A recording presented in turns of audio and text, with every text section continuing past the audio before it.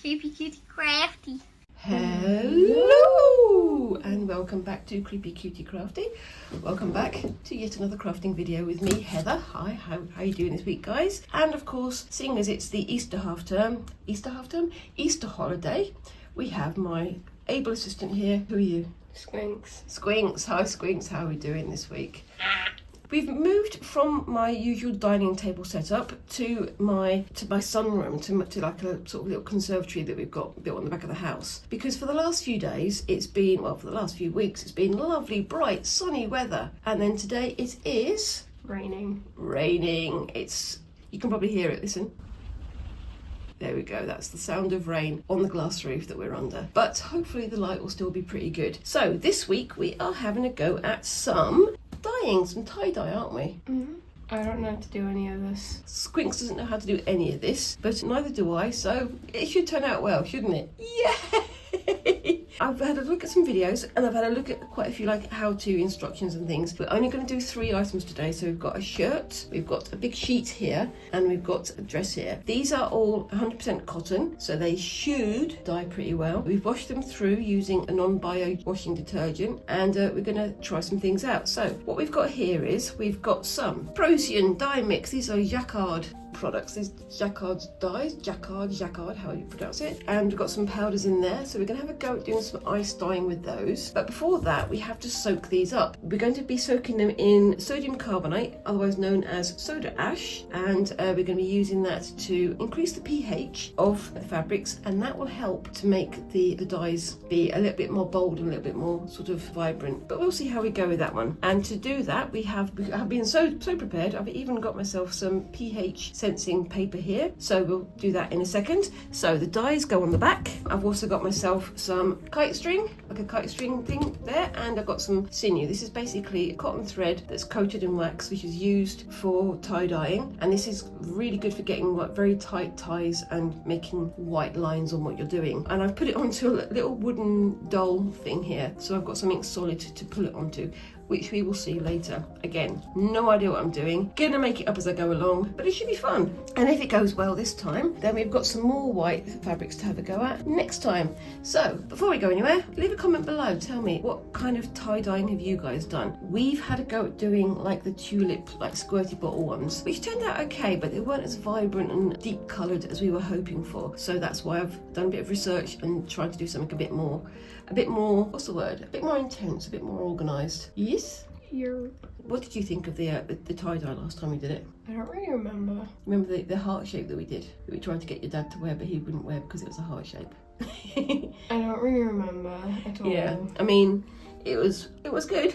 And we did it twice, but I think it's time to have a go at something a bit more organised. Anyway, so the first thing we have to do, as I say, is soak this into a soda ash solution. So I'm going to put these on the back over there, and we're going to get on with the next bit. So, back in a bit. Okay, so we've got here a big bag of soda ash. We've got a funnel. We have a cup measurement, which never go back into the kitchen, because obviously once it's had the soda ash, you don't want to use that on things that you're going to be eating with. And we've got here an old washing detergent bottle. We have washed it out very, very, very thoroughly. What we're going to do next is, I'm just going to bring the bottle there. I'll take you up just a tiny little bit. You're going to get to see all the mess on my lovely table. So I'm going to tear the top of this off. You want to take the top of the bottle there. And then I'm going to open this. So get a cup of this. Now, the thing about this is, as soon as this goes into there, we need to put the lid on and then shake it up. You can't leave it to stand, because otherwise that soda ash will go into one big lump, which is not what we want. Let's have a look. That should be enough. You ready? Ready with the lid? Are you going to shake it? We're both going to shake it, I think. Shake it up, baby!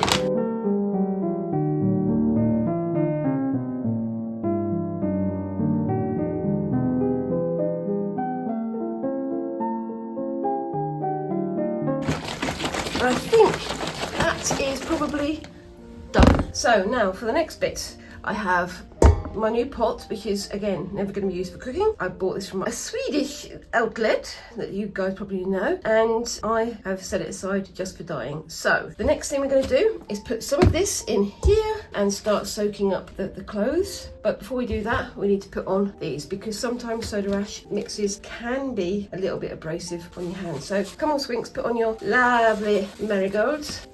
Lovely, aren't they? I bought the best looking marigolds I could find. These ones are latex free because I react to latex. And because I react to latex, so does Squinks. So, and pour it in there. So yeah, that looks good and mixed in together, so we don't have to worry too much. It's stinky. So, with the universe indicator, we need about 11 to 13. I don't know quite how I'm going to do this. With me, things like this. So I get my piece of universal indicator out of there, and I dip it in, and then I compare it on here. So it's about 12, 11, 12. You can see that. That is pretty much perfect. That is exactly what we want. So move that over there, out of the way, so it doesn't get contaminated. And then, do you want to start with your, oh, there we go. Do you want to put some in? Do you want to put this in? Just going to turn it over, make sure it's the whole thing is completely soaked in there.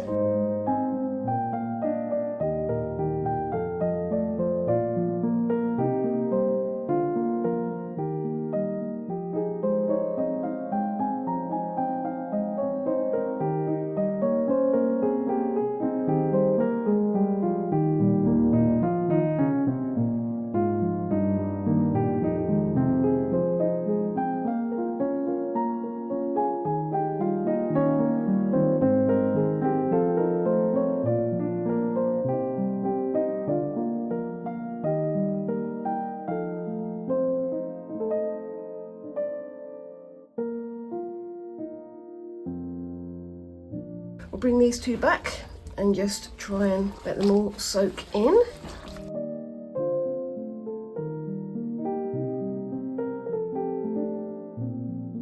Okay, so just going to turn these over a bit, make sure that they're all nice and soaked up. So how are you finding it so far, Squinks? I don't really understand it. You don't really understand it. Well, basically, the Procyon dyes, these dyes, they work better when these things are slightly, is it acidic or alkaline? It's alkaline is lower pH, isn't it? So, yeah. No, alkaline is higher pH, acidic is lower pH. So this is lowered pH. Yeah, and a higher pH is alkaline. Yeah, alkaline. So this is a higher pH, so it's more alkaline, and it reacts with the Procyon dyes to make them soak in a bit more. The one thing about this though, and this is something that is relevant if you're going to have a go at doing this at home, is once it's dyed with the Procyon dyes, once it's actually been tie-dyed, when you come to soaking it, to rinsing out all the excess dye, it needs to be rinsed with cold water first, because hot water will reactivate the soda ash, which means that the dye will then spread, which makes tie-dyeing it completely pointless. Make sense? Is it ice dyeing it today? We're ice dyeing it today, yeah. That's been soaking in there for a good 5 minutes. Just making sure that it's all well and done. Okay, so those are already dyed. So what I'm going to do now is take this out. I'm going to just squeeze out the excess soda ash, and then we're going to hang them on the line just so they can dry out just a little bit for about half an hour or so. Okay, so let's start taking them out then.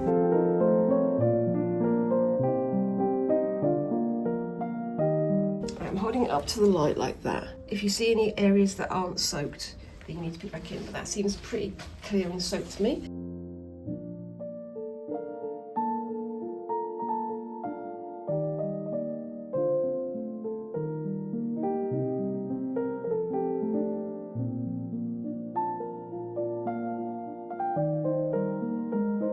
And then finally, that's looking a little bit manky, but that should be okay. Back in it goes. Okay, so we're back. These have been left to stand for a while. They're still a little bit damp, but we can live with that.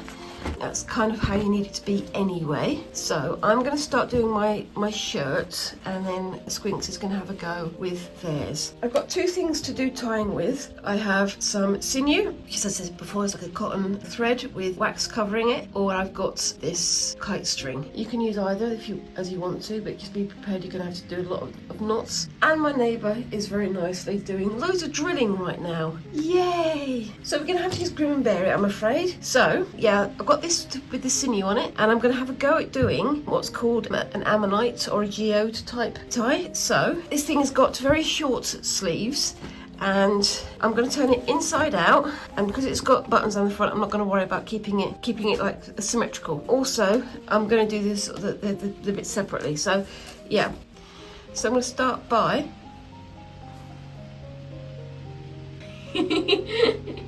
great. It's gonna go in the video. Drilling ASMR. Okay, so I'm going to start by pinching this end out here, and then putting the sinew around it. I'm not going to tie it off because that's not how you do it. So you put it in like that, and then using the wooden piece, you put it as tight as possible, like that. Yeah. Put it as tight as possible like that, and this is the reason why you've got it on here, because you don't want that to wind up cutting into your fingers because it will hurt. And then I'm going to go down to the next bit. I'm going to bring up a little extra bit there, and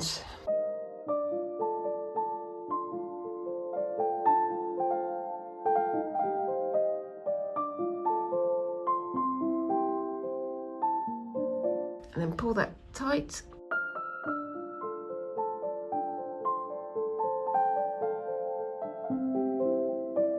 And then just go down to the next bit.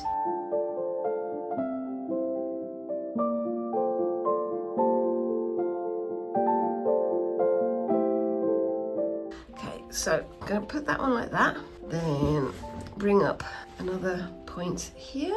Let's just do a quick snip there. Let's do another dot from here.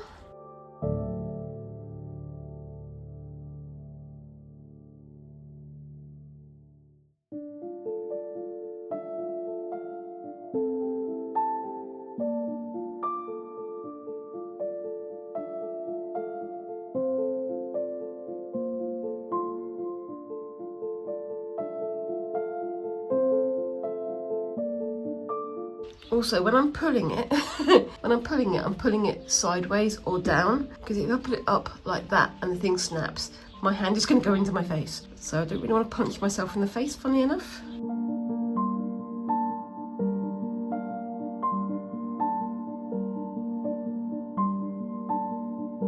So I'm wrapping it around like 4 or 5 times and pulling it as tight as I can, then going around again, pulling it tight again. Hopefully the wax will keep it from undoing itself, but we'll see how we go with that one. Then on to the next bit.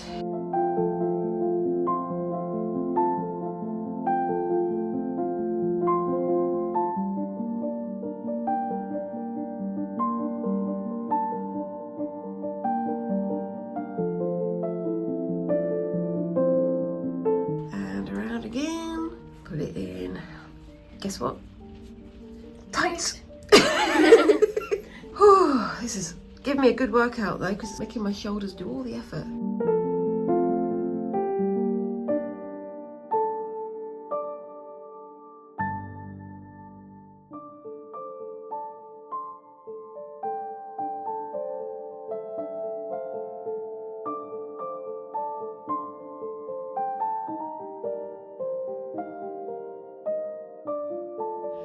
Right, so apologies for this, but the next door neighbour is drilling, so that's mine all ready to go. And it stopped.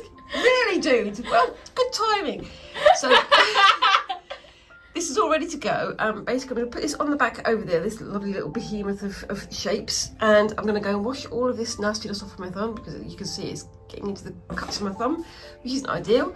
And Squinks is going to start their dress.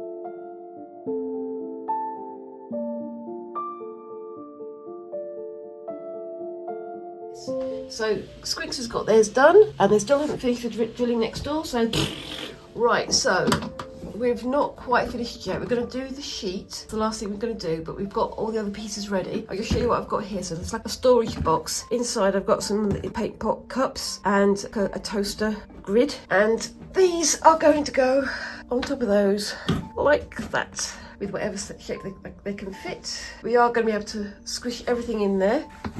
So we're going to see how we do. Try and make this nice and long, but we are going to squish everything in there. We're going to just put that in there for storage at the moment. We're going to sort it all out in a bit once we get ready to put the dye on. So moving that out of the way. So we've got the last one to do, which is the big sheet. So can you get the big sheet, please? This is just a simple cotton sheet that I've cut roughly in the square. I haven't even sewn up the edges. It's all rough edges like that. So first things first, it's a rough square. So the first thing we're going to do, can you grab that corner over there, Squinks? Mm-hmm. And we're just going to fold it into a half.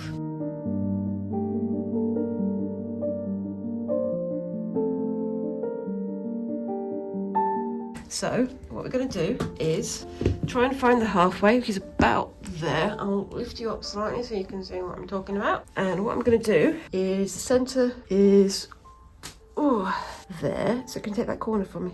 Put it out flat again. I'm keeping my finger there. So folding it in and then tuck it under. Fold it over again. Try and get that looking nice and tidy. And then folding it under.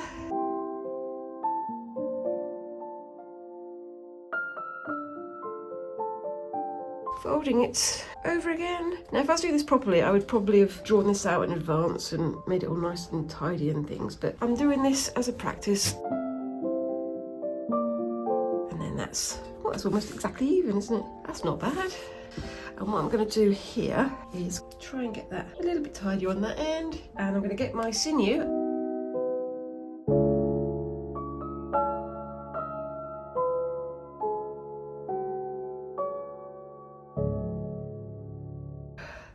I'm going to fold that way and then do a knot there.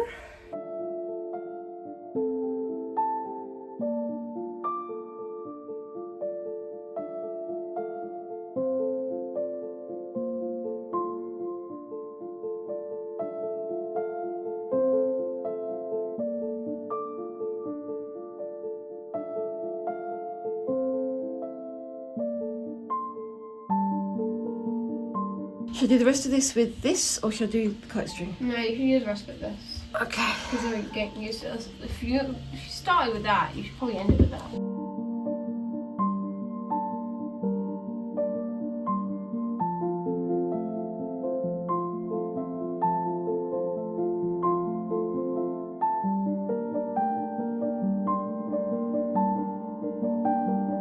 Right, so that one's done, and we're going to come back and do the dyeing in a second. See you in a bit. Okay, so these are all tied up and ready to go. We've got 1, 2, 3 items here. It's a good thing we didn't do it anymore because we'd run out completely of space. So now the next thing we need to do is to separate these off into their little cells. And for that, we have some of this, which is basically just cereal packets, like cereal boxes. And I'm just going to put that around these things here.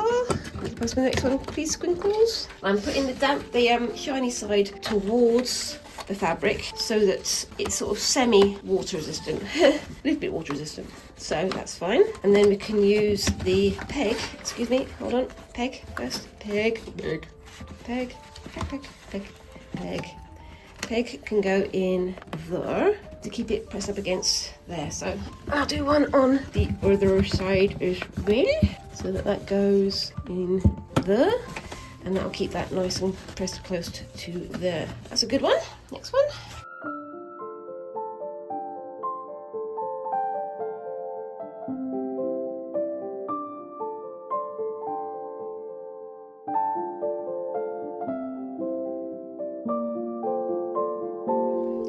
So these are the dyes that we've got. These are Prussian dyes. These are Jacquard dyes. I'm going to do some darks on here. So if you let me just get in there first. I'm going to go for turquoise, medium blue, a little bit of fuchsia, and get back. I've got myself a little spoon here to apply with. What I'll do is I'll put some down here first. Laying it on quite nice and thick. Got to medium blue. And I just remembered this is the point when we should have had gloves. Anyway.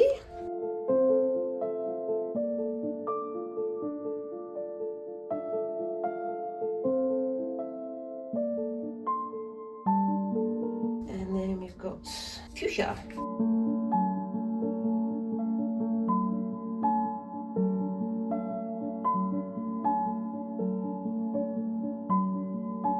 And then finally, I'm going to add on a little tiny bit of black. I'm not going to do a huge amount of this because it will go absolutely everywhere.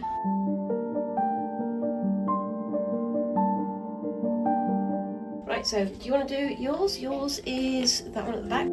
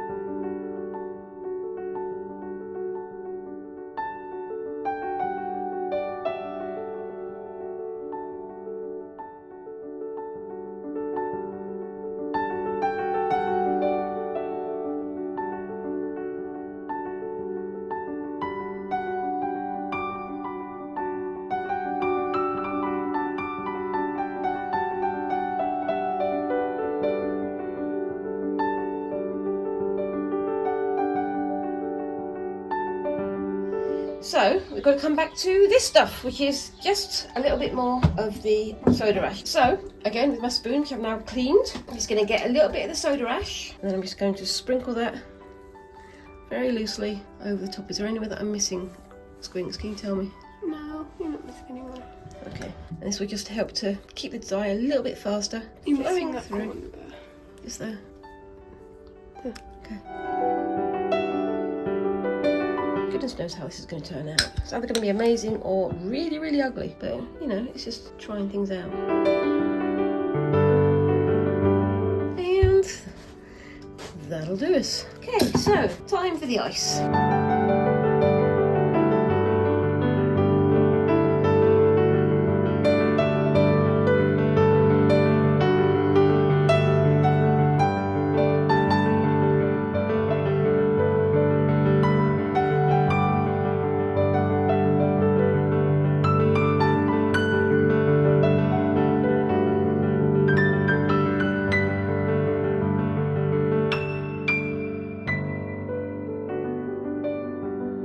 There we go, so that's all there, and we're going to lie that on top. So we're going to leave that. Okay, so we're back. Hi guys, it's now 48 hours later, and as you can see, this is being left to rest in the sunroom. The ice is all melted, but this is a good sign. So you've got all this condensation on the top here. That means that it's got nice and warm here in the sunroom. So yeah, the rain eventually stopped, and now the heater's got in here to make the water in here evaporate, which is exactly what we need. So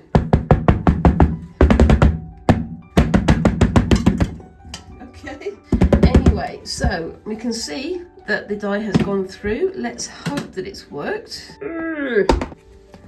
And as you can see, there's some powder on there and some powder left on here. That's why we did it inside out. Let's just get all these pieces of cardboard out. There's a little bit of water resistance, but not that much. But I think some people use silicone cake molds, cake tins, and I think I might get some of those if we do this again. So that's what they look like. I think the dye has probably gone through. Let's have a look. There's some parts of it that are still a bit lighter. You've got a bit of lighter there. I've just gone in without the marigolds on. Ooh, got your marigolds on? Yeah. Okay, so Squinks has got their marigolds on, as have I now. And you can see, yeah, there's bits of the powdered dye there still. Not going to worry about that too much. So what we're going to do now is, we're going to take this over to our sink, our basin in our kitchen. We're going to wash it in cold water. The reason why we wash it in cold water is so that the soda ash doesn't activate again and make all these colours bleed. And then we're going to rinse it with hot water. And then we're going to put it into a pot on the stove with this stuff. This is basically peroxide, and you put it onto the hob in a pot and boil it basically for 20 minutes with the bits and pieces in here, and that should help it to stay a bit more colour fast. I think they look really good so far. Yeah.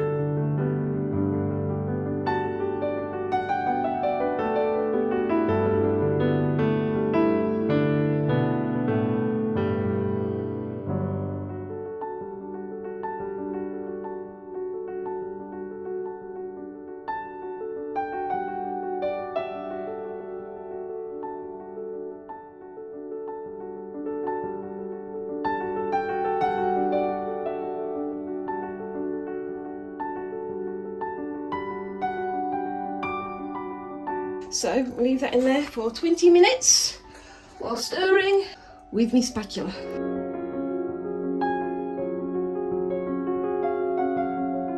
And we are done! How are we doing? Yep. So yeah, we've got these finished, and as you can see, the colours came out super bright, and we're so pleased with them. So before I talk you through all of these, just have a look at this selection of photos sometime around now.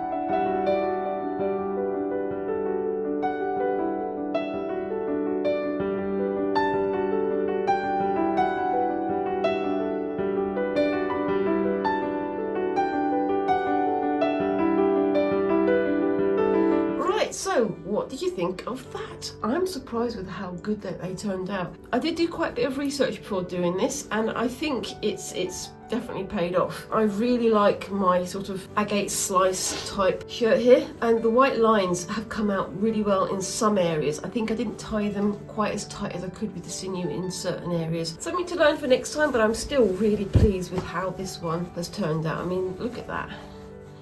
That's just gorgeous. Anyway, so Squinks, do you want to talk about yours now? It's okay, but I wish I did different things. Like, I don't like the green, I don't like the pink, I don't like the yellow, and I don't know how it I don't like how it mixes. You don't like how it mixes? I think the pink looks quite nice, and I think the yellow and the green do work together, but I can see that it might not be quite what you were hoping for. You were hoping for like a jellyfish sort of thing, weren't you? But you know, we've learned from it, and we can have another go at it sometime in the next few weeks or months or whatever. Yes. And try and do something else with it. But I mean, did you enjoy learning the process? Yeah. And of course, I really like how this big piece here has turned out. If you see the photos, it looks like a flower. It looks like a flower, or like the Eye of Sauron from Lord of the Rings. But I think that's turned out really well. And it's a little bit different on both sides. So you can see the side is a bit paler, this side is a bit deeper, but I really like how these sort of black flame bits turned out, and I think it looks so good. I am so much more pleased than when we used the tulip kits. The tulip kits were good, but they were only like a taster, whereas this is the proper stuff. And yeah, we have washed these after we've done the soak with peroxide, but I think it's turned out really well, and I definitely want to have another go at doing this probably sometime in the next few months. But we've got some other projects to get on with, haven't we? Yeah. So, what did you think of this overall? What do you think of this task, this challenge overall then, Squinks? 10 out of 10, would do again if I got it right! Would you like to do it on a shirt next time, or do you want to do it on another dress or something? Another dress. Another dress. Another dress. Okay. Yeah. Okay. Yeah. Alright, so yeah, let us know what you think of those down in the comments, and leave us a comment. Have you had a go at doing tie-dye yourself? Have you had a go at doing it in this way before? So next week I'm going to have another go at tie-dyeing, but in a different way. Next week I'm going to have a go at shibori, which is a mix of sort of tying and also stitching, which I am really looking forward to having a go at, and I'll share with you the results once it's all done. And whilst you're there, remember to like and subscribe and do all those lovely little things that help a channel like ours to grow. And yeah, we look forward to seeing you in the next video. Thank you very much again for watching, and bye-bye!